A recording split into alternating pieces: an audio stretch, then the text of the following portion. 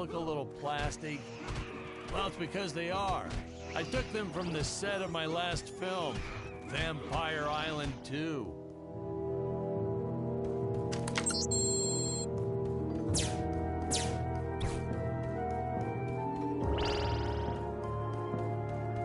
Fair share of nasty letters from scientists complaining about our portrayal of the dinosaurs. Was news to me. Apparently these stegosauruses weren't meat eaters. Must have preferred shellfish or something. Wow, how do they know? That's what I say.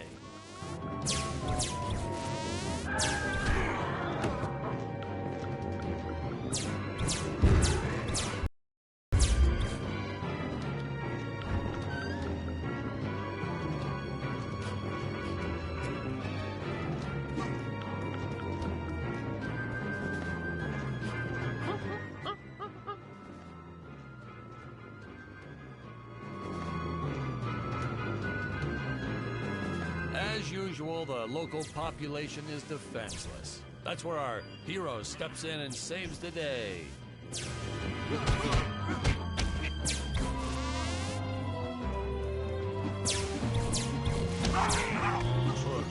We put Jonathan through a lot shooting this film.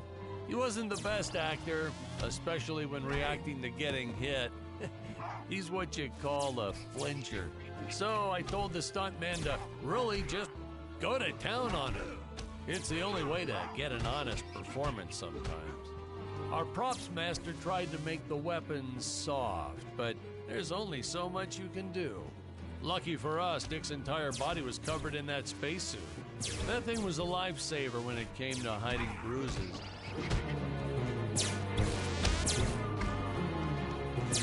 How curious. They dissolved into what appears to be gold. You'll notice the gold disappears when Dick touches it. We had a deleted scene that explained he's actually teleporting it back to his ship. It's funny, no one ever questioned how Dick was able to walk around with an infinite amount of gold on him.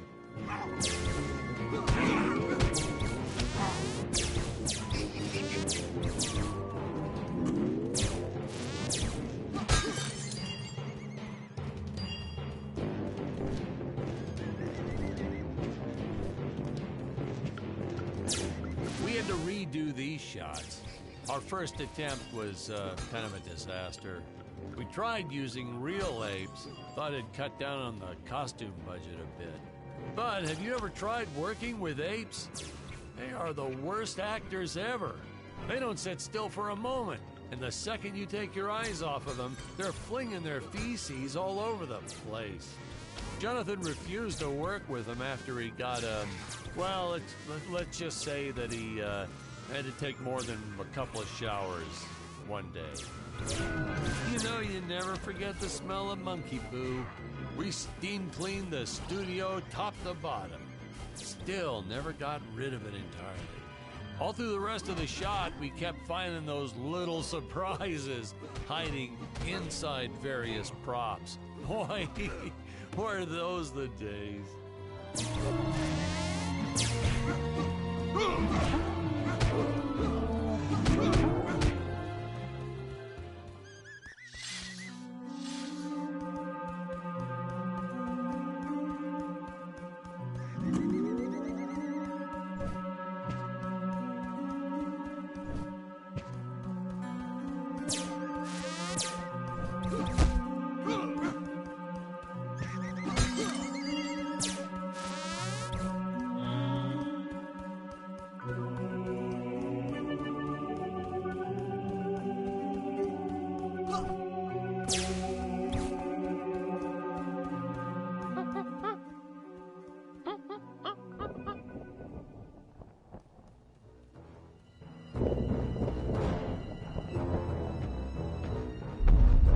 Some really top-notch stop-motion effects, huh?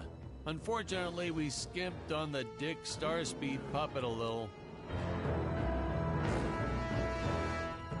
The Earthman is not for you to eat, fiend! Oh, this was groundbreaking. We had the woman rescuing the man for once. We were really ahead of our time with this scene, but Well, then again, I've always been rather progressive. The studio execs didn't seem to get why it was such a big deal, though. Sorry, we don't see this as anything unusual. Ha! Of course! It's unusual. A woman would never save the man. It just doesn't happen. Not in the movies, not in real life. I don't know why we didn't get more recognition for this scene. I guess I was just a little too ahead of my time.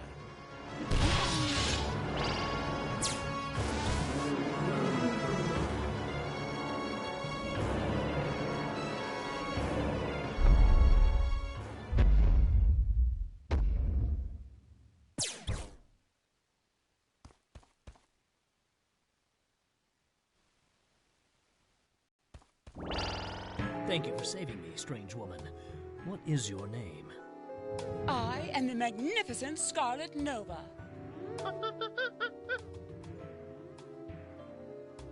Do not question my motives. Just be happy that you are still alive. I must speak with my father at once. I shall teleport to his chambers.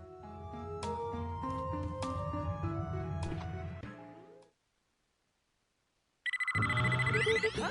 Where is this place? This is not my father's chambers. You have disobeyed me for the final time, Scarlet. Enjoy an eternity in the Tower of Eternal Solitude for all eternity. The old fool did not notice I am wearing my jetpack. Booster usage. Jump. Wait. Wait. Use booster. Survive deadly fall.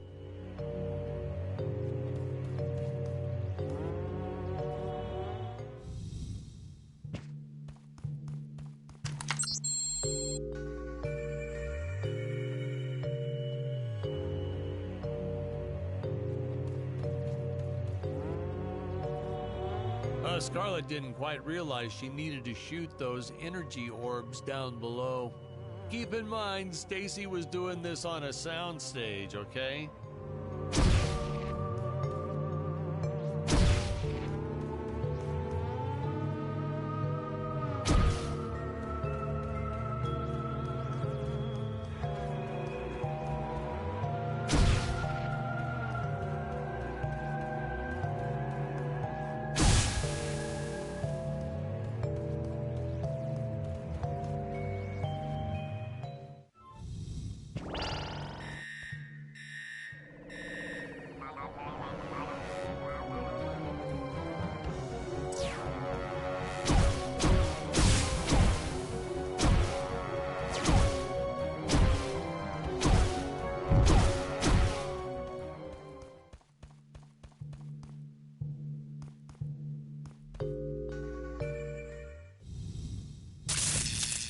The energy imps.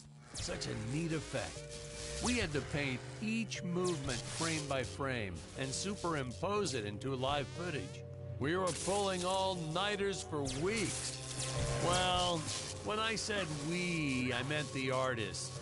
I'm pretty much useless if I don't get a solid 10 hours a night. But they were at it forever.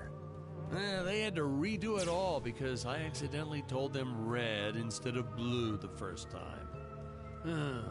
Artists. Ooh, the fearless sea monster, always patrolling the shore, eagerly awaiting for his next meal.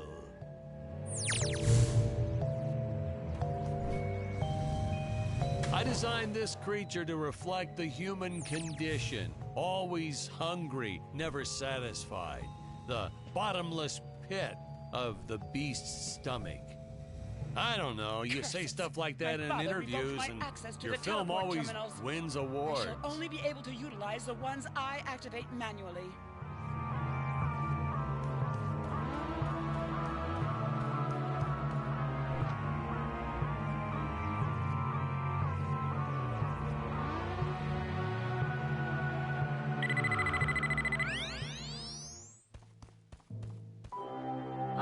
I knew you would return. Puny Earthman, you shall help me overthrow the Emperor. Why would you turn against your own father? How do I know I can trust you? Oh, this scene. This is practically Shakespeare in outer space. Just as the entire planet does.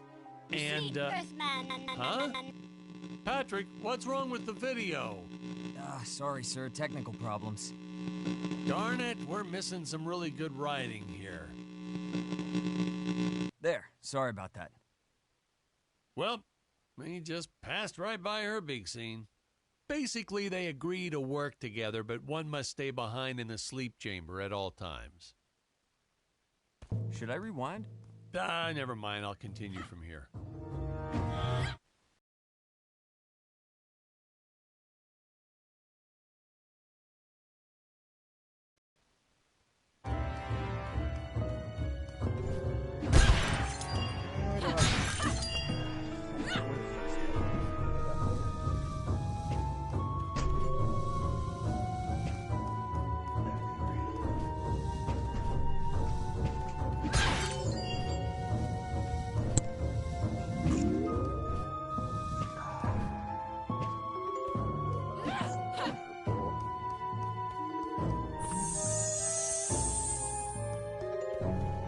Oh, yeah, another sea monster shot.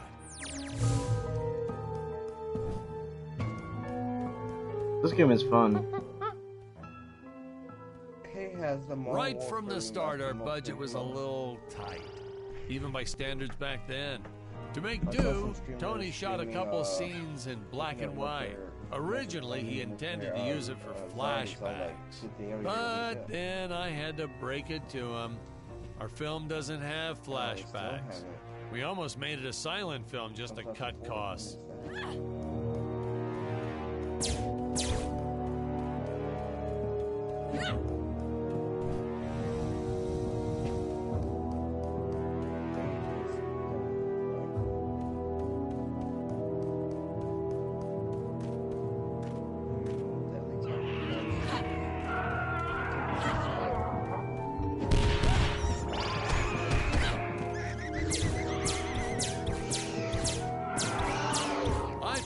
An absolute necessity we have a T-Rex in this film, but we got this Serato thing instead. Of course, I went through the whole production thinking it was a T-Rex because, really, who can tell the difference anyway?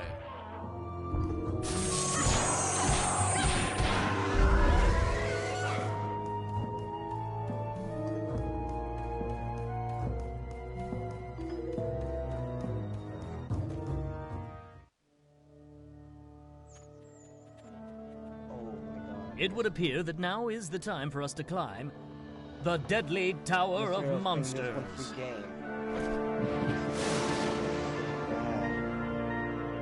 Good screenwriting 101.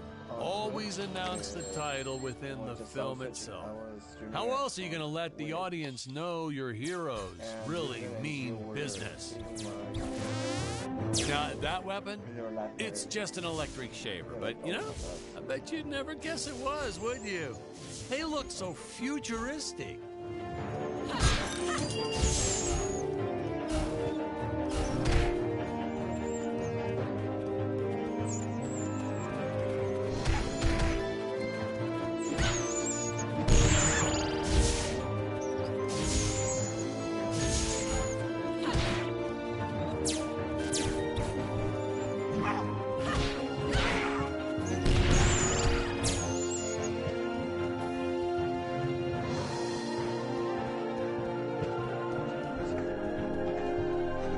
This game is fun.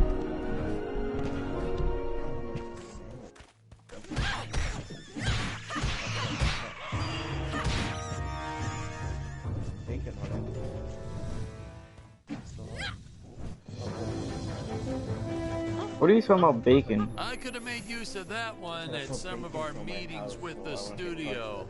Oh, you'd like to see records of where our budget went to this month? Sure, let me for you right now. Boom, boom. Yeah.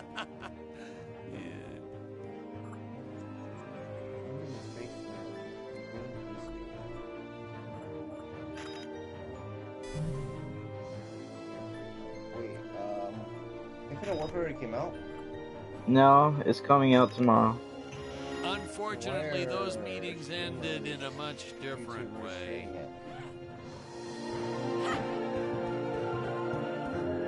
Well, because they have early access.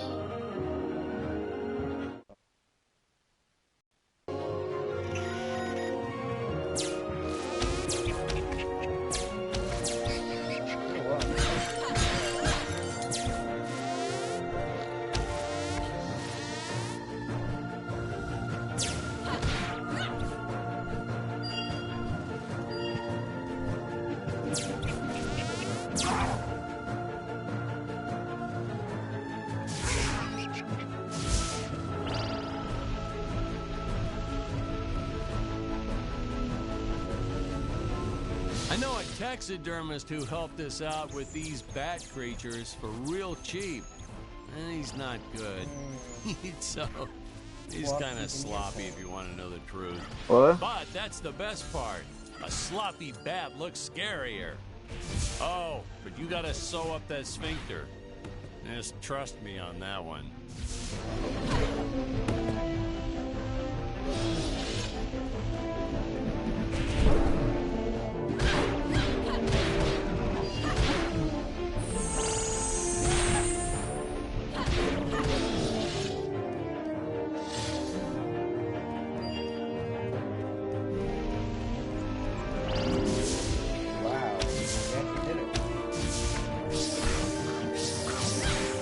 Who did what?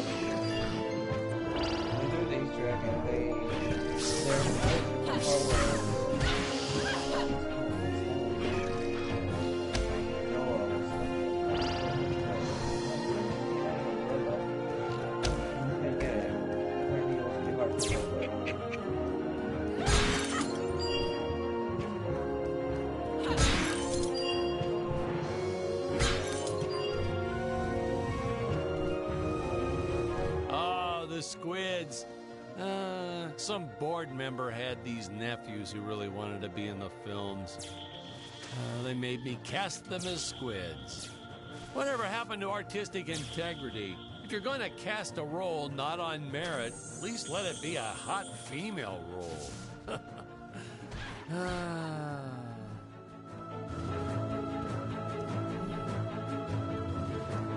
My effects team kept assuring me the strings wouldn't be visible in the final cut, but I could see them. No transparent nylon. This stuff will do the trick. Yeah, right. I swear those darn strings is what made my hair go white.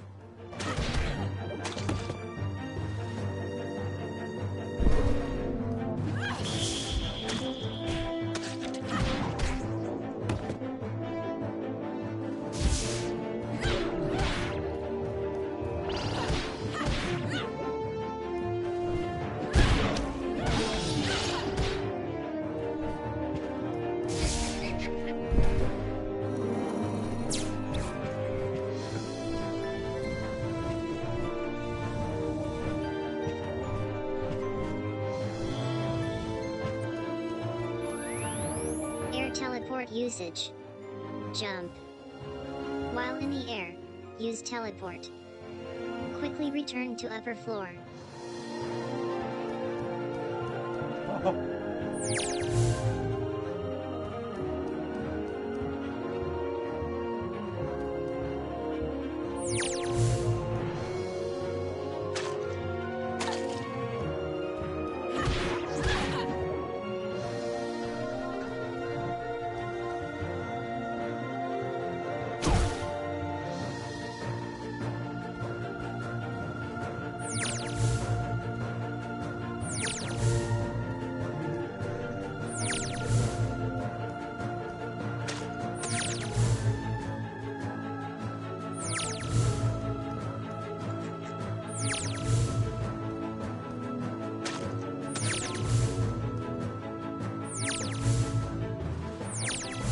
I can't get it. What the hell? There you go.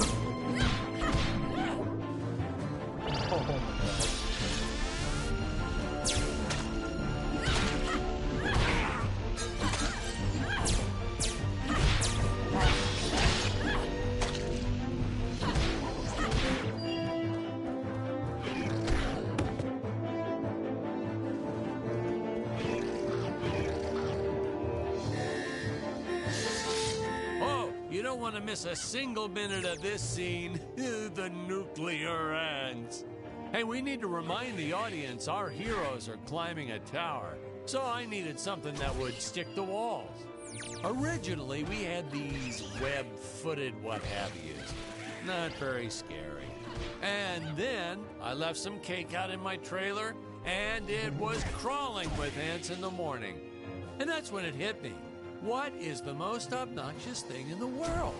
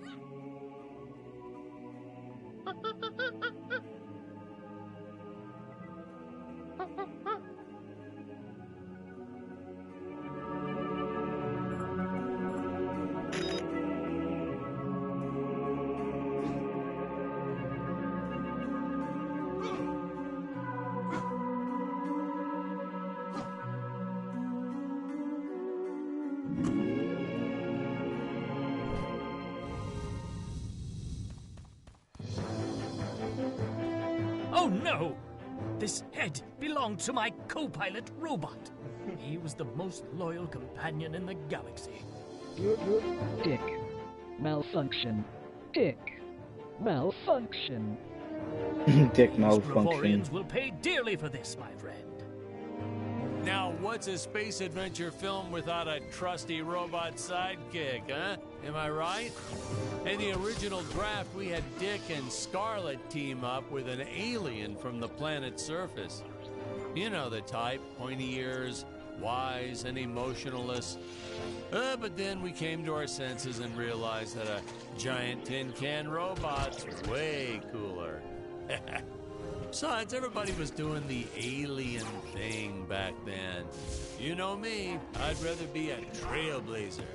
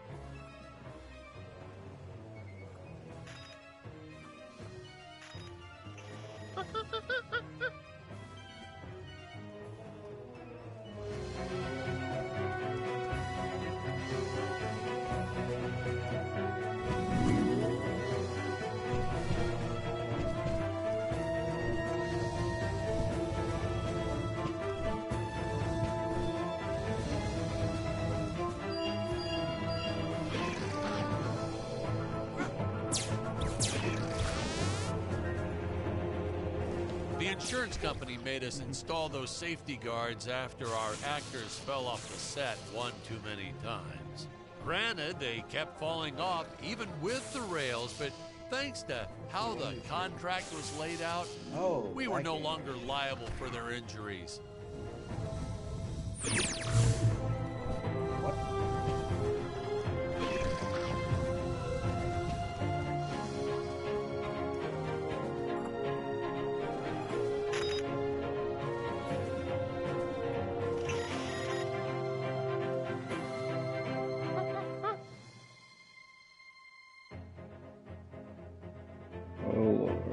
Well, ladies and gentlemen, I guess it's time to talk about the elephant in the room.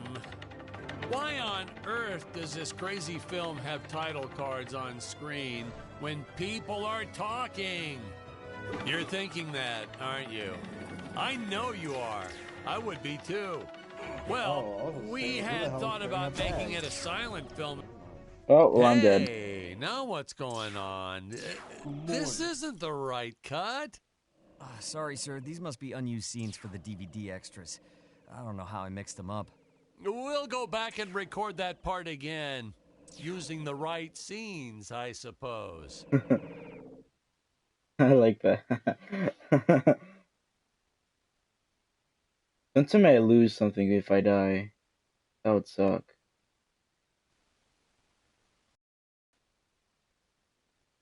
This game is pretty fun.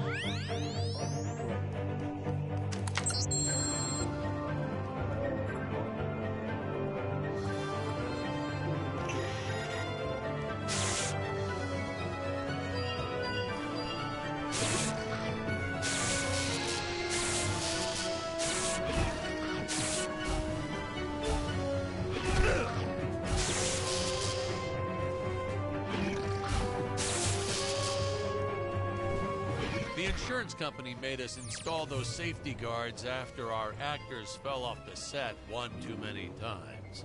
Granted, they kept falling off even with the rails, but thanks to how the contract was laid out, we were no longer liable for their injuries.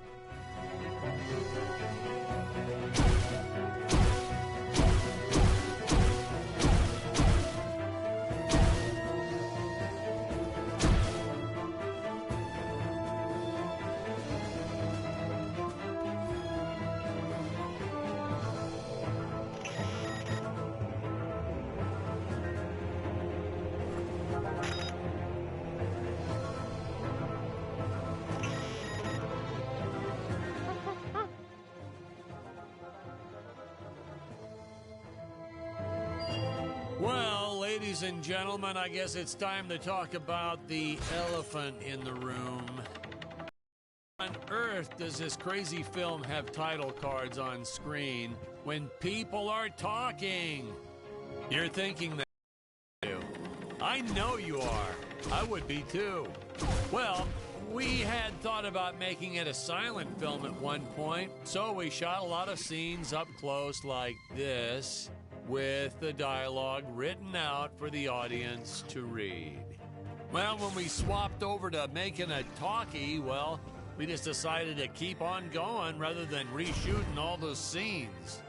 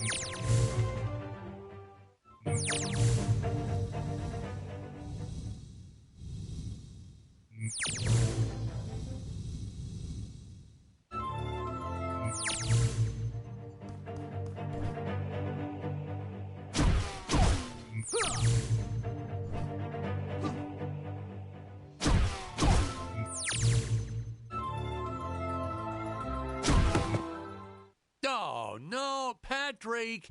You got the wrong footage again. That character's not supposed to die in this scene. Sorry about that. Hold on, let me find the right one. The composition on that last shot was so perfect, too. Shame we couldn't use that one.